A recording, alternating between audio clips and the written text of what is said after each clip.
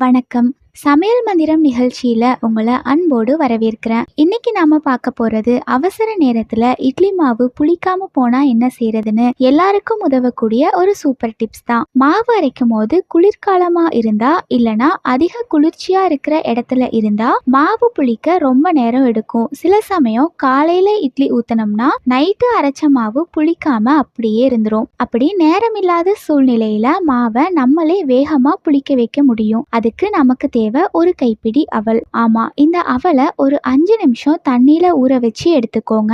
இப்போ இட்லிக்கு நீங்க உளுந்து அப்புறம் அரிசி ஊற வச்சு அரைக்க ஆரம்பிக்கும் போது இந்த ஊற வச்ச அவலையும் உளுந்தோட சேர்த்து அரைச்சிருங்க. இல்லனா உளுந்து அரைச்சு முடிச்ச அப்புறமா அவலை மட்டும் தனியா கூட சேர்த்து அரைச்சி எடுத்துக்கோங்க. அப்புறமா அரைச்ச அவலை மாவுல சேர்த்து நல்லா கலந்துக்கோங்க. அதனால மாவு வழக்கமா புளிக்க எடுக்கும் நேரத்தை விட ரொம்ப சீக்கிரமாவே உப்பி புளிச்சிடும். அவல் சேர்க்கறதுனால மாவு சீக்கிரமா புளிக்கிறதோட மட்டும் இல்லாம இட்லியும் சாதாரண இட்லியை விட ரொம்ப மிருதுவா இருக்கும். மீண்டும் ஒரு சமையல் குறிப்போட உங்களை வந்து சந்திக்கிறேன். நன்றி.